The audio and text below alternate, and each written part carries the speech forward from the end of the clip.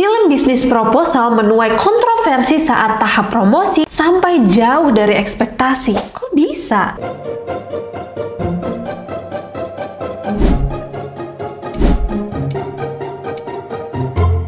Hai guys, it's Nazjaj and welcome back to Naskah Kaget.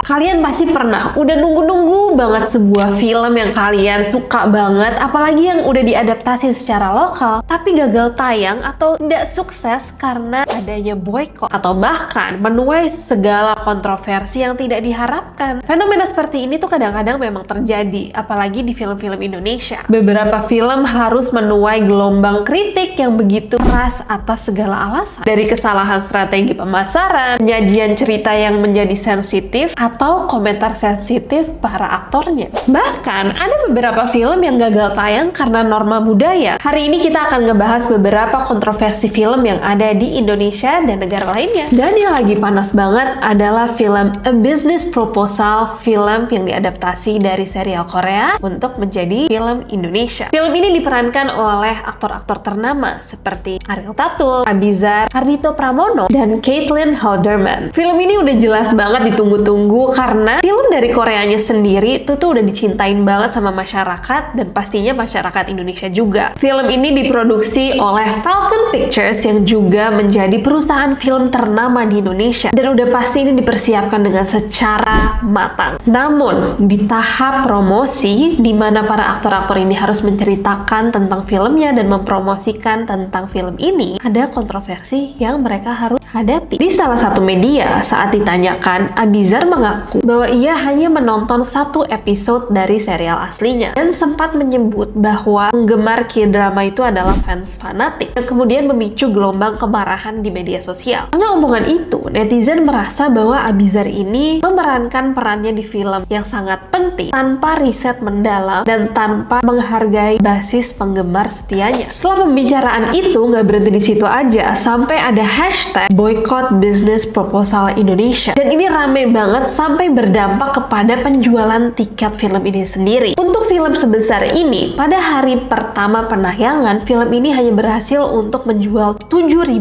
tiket dan ini jauh banget dari ekspektasi. Untuk ngasih gambaran, kenapa 7.000 itu terdengar sangat sedikit? Karena biasanya film blockbuster lokal itu targetnya untuk menjadi sukses adalah untuk menjual kurang lebih 100.000 tiket pada hari pertama. Lalu film populer dengan IP yang terkenal itu kurang lebih 50.000 sampai 100.000 sudah dianggap cukup baik. Jadi kalau kurang dari 10.000 itu dianggap tidak sukses. Dan jangan salah paham, Abizar pun sudah meminta maaf. Bahkan Falcon Pictures sudah membuat surat resmi yang juga dipublikasikan untuk meminta maaf atas hal ini. Namun tetap saja tidak sukses ya tidak sukses. Bahkan sekarang kalau kalian ngecek nih, film bisnis proposal itu tidak ada di semua bioskop. Hanya sedikit sekali yang menayangkan film ini. Nah, saking penasaran nih, aku cari tahu nih, sebenarnya kurang lebih berapa banyak uang sih yang dikeluarkan Falcon Pictures untuk film sebesar ini, karena pasti dia beli franchise yang harganya juga cukup mahal. Nah, sebagai gambaran, menurut research yang aku lakukan, film Indonesia itu yang dibuat dengan skala besar itu kurang lebih menghabiskan 10-30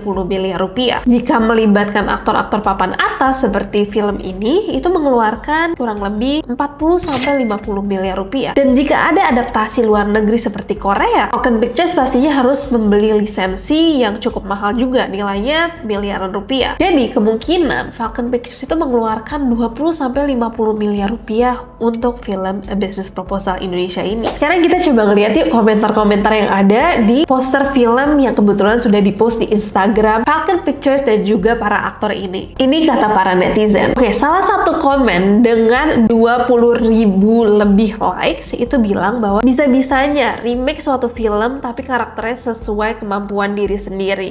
Kocak bener, sekelas Vino G. Sebastian aja remake film Miracle No. 7 sampai nonton keseluruhan filmnya.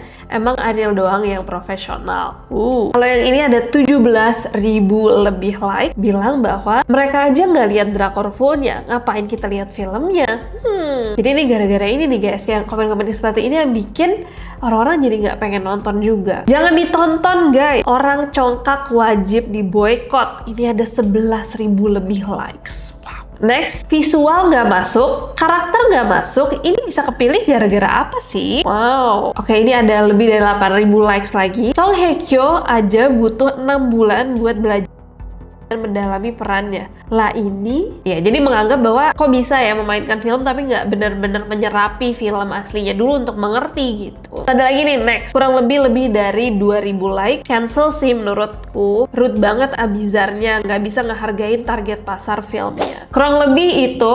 Tapi menurut aku ini pastinya jadi pelajaran penting buat Falcon Pictures maupun para aktornya, termasuk Abizar. Untuk Falcon Pictures itu sangat penting untuk ngebrief juga ya kayaknya sebelum promosi, karena omongan yang dikeluarkan di promosi itu sangat mempengaruhi fans. Apalagi fans-fans yang udah ada untuk film remake seperti ini gitu. Jadi Falcon Pictures harusnya bisa belajar dari hal ini. Betapa pentingnya untuk brief para aktor sebelum mereka promosi. Dan untuk para aktor itu harus mengerti bahwa film remake itu pastinya sudah punya penonton sebelumnya, dan omongan mereka itu benar-benar harus diperhatikan, jangan sampai berdampak nggak cuma untuk dirinya aja, bahkan untuk seluruh produksi yang sudah menjalankan film sebesar ini. Tapi selain A Business Proposal, ada kasus-kasus film lainnya yang kita akan bahas selanjutnya. Film Indonesia yang juga menuai kontroversi itu adalah suatu film yang ditulis oleh sutradara dan penulis skenario terkenal Garin Nugroho. Nama filmnya adalah Kucumbu Tubuh Indahku pada tahun 2018 lalu. Film ini mengisahkan tentang kehidupan seorang penari lengger dan pencarian jati dirinya. Bahkan sempat memenangkan berbagai penghargaan. Namun, di Indonesia, film ini menuai banyak sekali kritik. Karena film ini menceritakan tentang perjalanan kehidupan penari lengger, akhirnya film ini menuai banyak kontroversi karena dianggap mempromosikan nilai-nilai LGBTQ yang pastinya masih menjadi isu sensitif di negeri ini. Bahkan ada beberapa daerah yang melarang untuk menayangkan film ini, seperti Depok, Palembang, dan juga Pontianak. Bahkan sempat muncul beberapa petisi yang bilang bahwa film ini baiknya ditarik dari peredaran. Lagi-lagi ketika membuat film, itu kita juga harus memikirkan aspek budaya, kultur, dan kepercayaan, karena percuma ya kalau kita kayak bikin film dengan segala effort dan karya seni, tapi ujung-ujungnya tidak bisa ditayangkan selayaknya film ini harus ditayangkan gitu. Tapi untungnya walaupun di Indonesia menuai banyak kontroversi, tetap saja film ini diapresiasi secara global dan sempat mendapat beberapa penghargaan yang tadi aku udah sebut. Film selanjutnya yang juga menuai kontroversi dan bahkan menjadi film dengan propaganda paling kontroversial di Indonesia adalah film Pengkhianatan G30 SPKI yang ditayangkan pada 1984. Kenapa film ini bisa menjadi film paling kontroversial? Karena film ini dibuat pada era Orde Baru, dan pada saat itu film ini tuh diwajibkan untuk ditonton setiap tanggal 30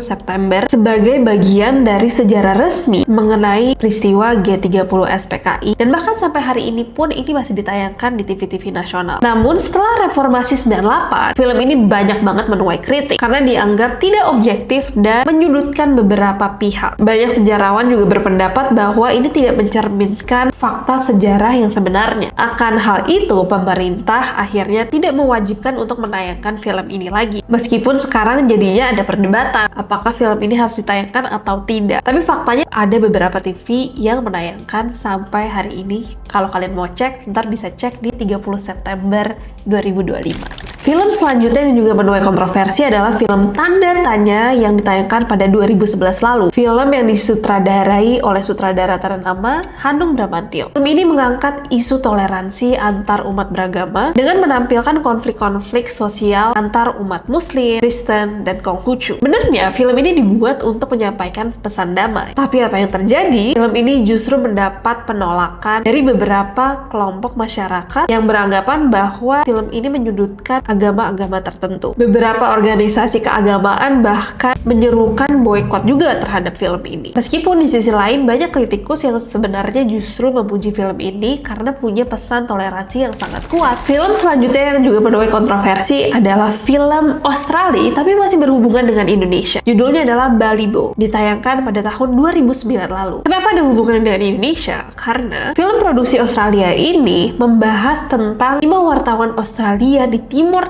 pada tahun 1975. Kontroversi yang dituai itu gara-gara film ini sebenarnya membahas dugaan bahwa wartawan-wartawan tersebut oleh militer Indonesia. Sebuah klaim yang pastinya ditolak ditolak oleh pemerintah Indonesia. Akibatnya, film ini dilarang untuk ditayangkan di Indonesia. Walaupun dilarang, film ini tetap bisa beredar dengan cara-cara ilegal di Indonesia dan menjadi diskusi di kalangan aktivis serta jurnalis. Film selanjutnya yang menuai kontroversi adalah film Darah dan Doa yang ditayangkan di tahun 1950 lalu. Film ini juga disebut sebagai film pertama di Indonesia. Film ini menceritakan perjalanan divisi Siliwangi dalam menghadapi perpindahan kekuasaan setelah proklamasi kemerdekaan. Tapi kenapa ini menjadi kontroversial? Beberapa pihak menganggap bahwa film ini terlalu menonjolkan beberapa divisi militer tertentu dan tidak merepresentasikan seluruh perjuangan bangsa Indonesia. Dan yang terakhir itu adalah film yang lagi-lagi disutradarai oleh Hanung Bramantyo berjudul Perempuan Berkalung Sorban yang ditayangkan pada tahun 2009